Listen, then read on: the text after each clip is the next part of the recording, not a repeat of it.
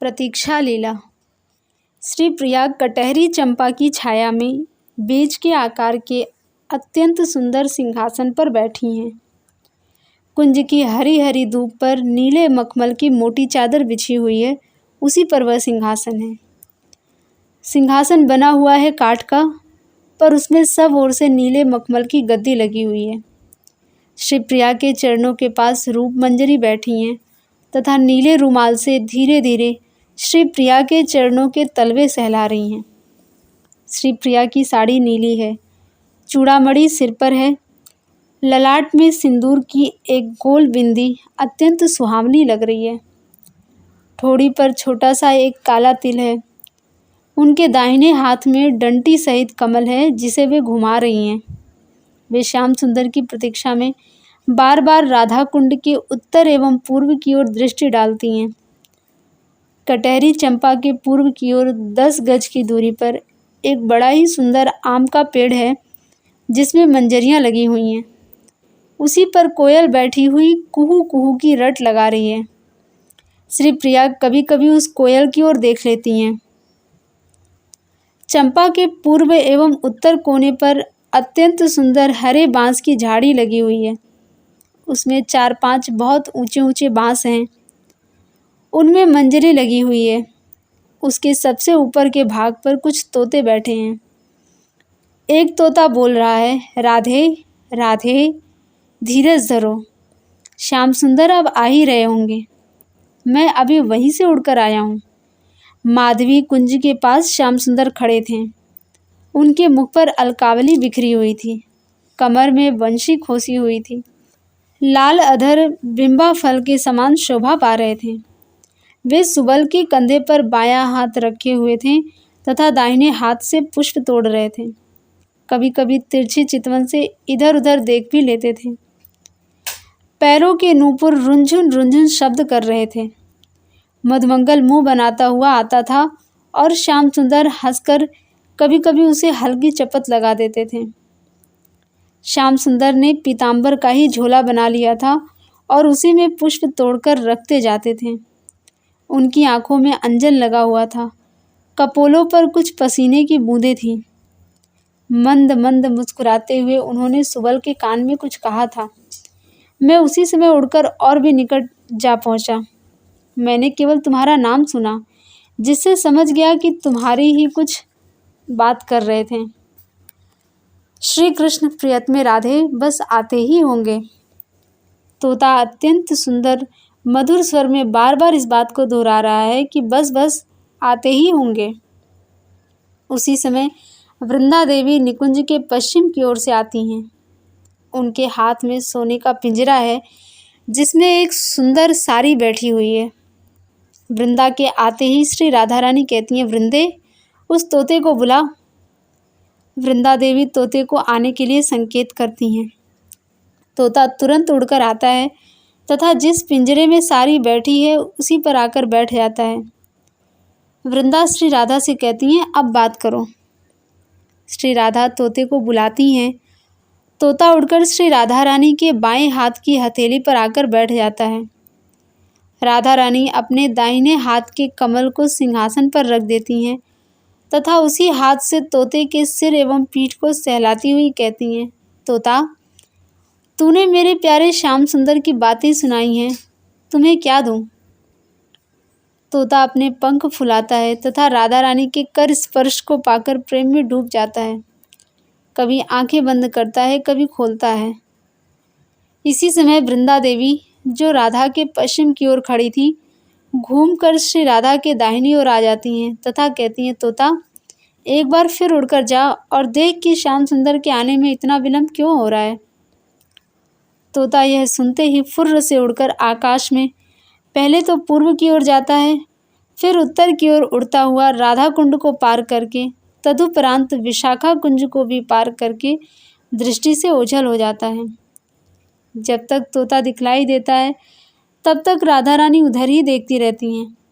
जब तोते का दिखना बंद हो जाता है तब उसी सिंहासन का सहारा लेकर उस पर पीठ का भार देकर बाएं हाथ से अपने कपोलों को पकड़कर बैठ जाती हैं।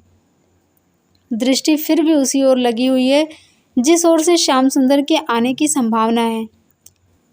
ललिता, जो श्री राधा के पीछे खड़ी रहकर कुछ सोच रही थी, वे उत्तर की ओर जाती हैं तथा चारदीवारी के पास पहुंचकर उसके ऊपर हाथ रखकर उत्तर की ओर देखने लगती हैं।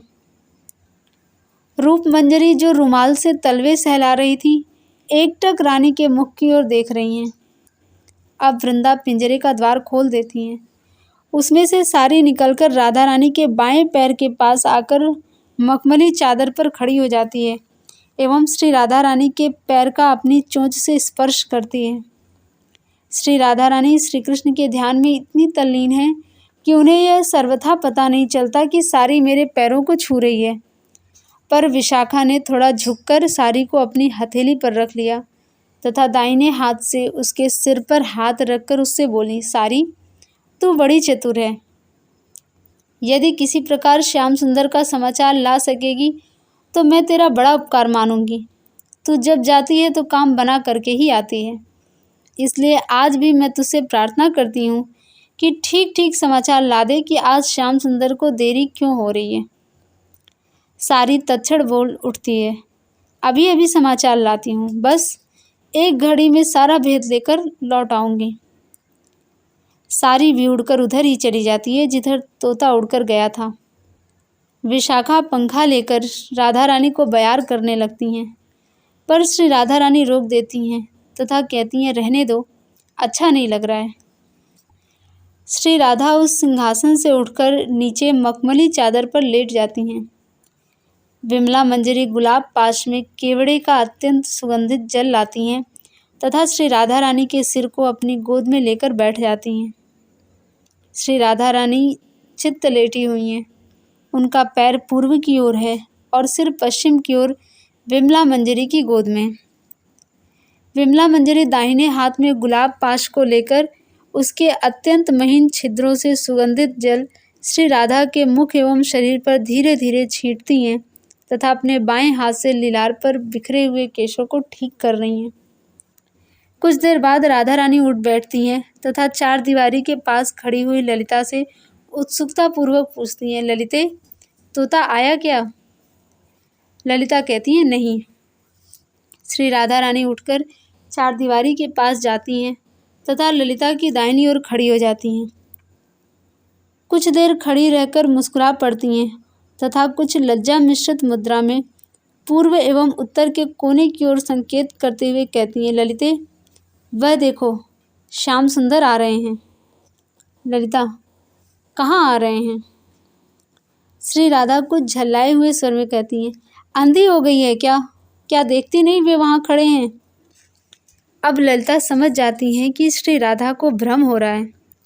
प्रेम के आवेश में राधा की दृष्टि स्पष्ट नहीं देख रही है। ललिता मुस्कुराकर चुप रह जाती हैं। श्री राधा फिर वहाँ से हटकर जहाँ पहले लेटी हुई थी वहीं जाकर लेट जाती हैं।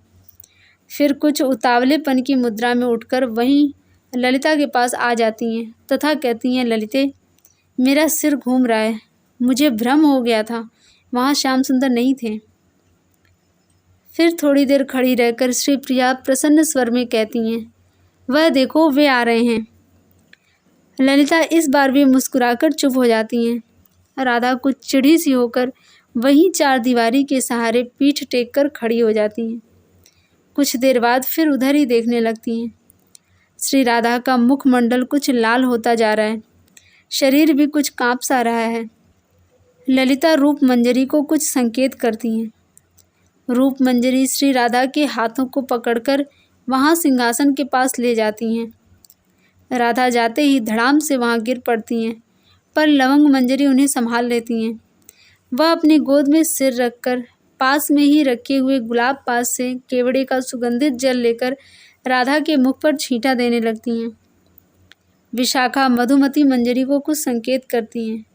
मधुमती वीणा के तार को एक दो बार ऐंठकर तुरंत ही ठीक कर लेती हैं तथा अत्यंत मधुर स्वर में गाने लगती हैं, मोह मन गिरधर छवि पे अटक्यो, ललित त्रिभंगी चाल पे चलिके चिबुक चारु गड़ी ठटक्यो, सजल श्याम घन बरन लीन वै फिर कहूँ अनत न भटक्यो, कृष्णदास किए प्राण निछावर, यह तन जग सिर पटक्यो, मोमन गिरधर छवि पे अटक्यो।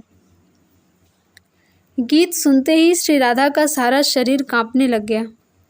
वे पहले तो लेटी हुई कुछ बड़बड़ाने लगीं, फिर उठ बैठीं और उठकर इधर उधर देखने लगीं।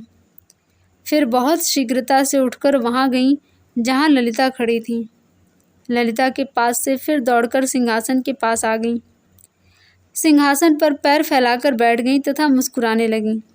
फिर उठकर खड़ी हो गईं तथा जिस प्रकार श्री कृष्ण ग्रीवा टेढ़ी करके बोलते हैं, उसी प्रकार ग्रीवा को कुछ तिरछी करके बोलती हैं, री ललिते सुन। ललिता अब एकटक श्री राधा की ओर ही देख रही हैं। ललिता जब नहीं आई तब श्री राधा रानी स्वयं उठकर उसके पास जाकर खड़ी हो गई तथा अत्यंत विनय के स्वर में बोली, ललिते बता दे राधा कहाँ छिपी है? अभी तो यहीं थी, कहाँ चली गई? राधा इस प्रकार ललिता के पैरों पर गिरकर प्रार्थना कर रही थी कि उसी समय श्याम सुंदर आ पहुँचते हैं तथा राधा रानी की प्रेम दशा को मुग्ध होकर खड़े खड़े देखने लग जाते हैं। सारी एवं तोता भी चार दीवारी के ऊपर जा बैठते हैं।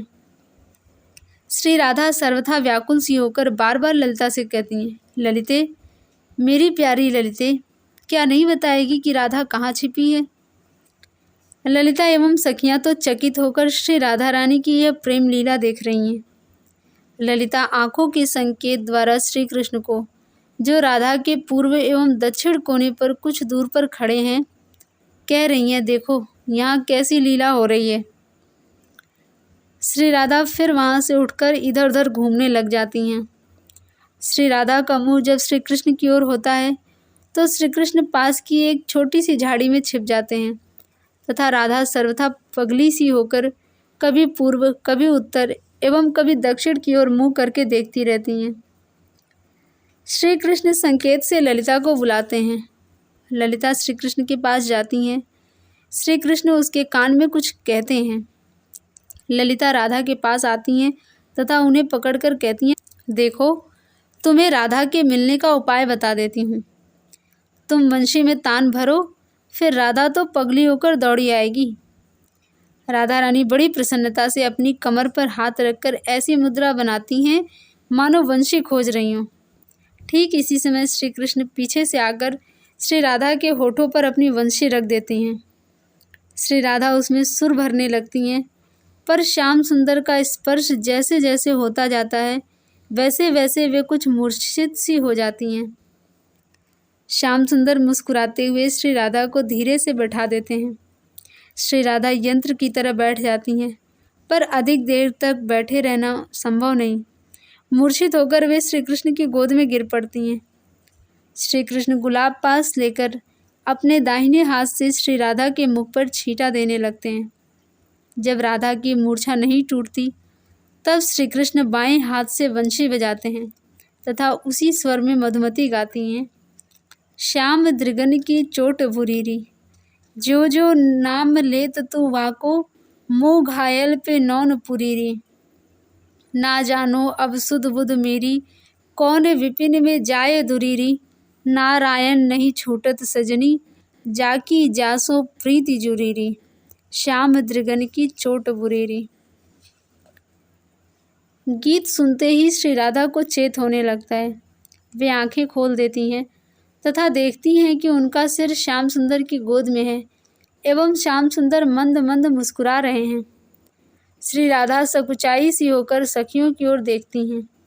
अब उन्हें ज्ञान होता है कि मैं तो चार दीवारी के पास खड़ी थी, फिर यहाँ कैसे आ गई। यही सोचती हुई घबराई सी होकर वे उठ बैठती हैं। सखियाँ खिलखिलाकर हंस पड़ती हैं। श्याम सुंदर हंसते हुए कहते हैं, क्यों श्री राधा रानी मिली कि नहीं? अब राधा रानी समझ जाती हैं कि वे बाह्य ज्ञान शून्य होकर कुछ का कुछ बकती रही हैं, इसीलिए और भी सकुचासी जाती हैं, पर साथ ही आनंद के कारण मुख पर मुस्कुराहट आ जाती है। श्याम सुंदर उन्हें हाथ पकड़कर उठाते हैं तथा राधा रानी उठकर श्याम सुंदर के कंधों को पकड़कर मंद मंद गति से चलती हुई सिंहासन के पास जा पहुंचती हैं। श्री कृष्ण एवं राधा रानी दोनों सिंहासन पर उत्तर की ओर मुँह करके बैठ जाते हैं दो सखियां पंखा झलने लगती हैं तथा कुछ सखियां शरबत तैयार करने लग जाती हैं। जय जय श्री राधे।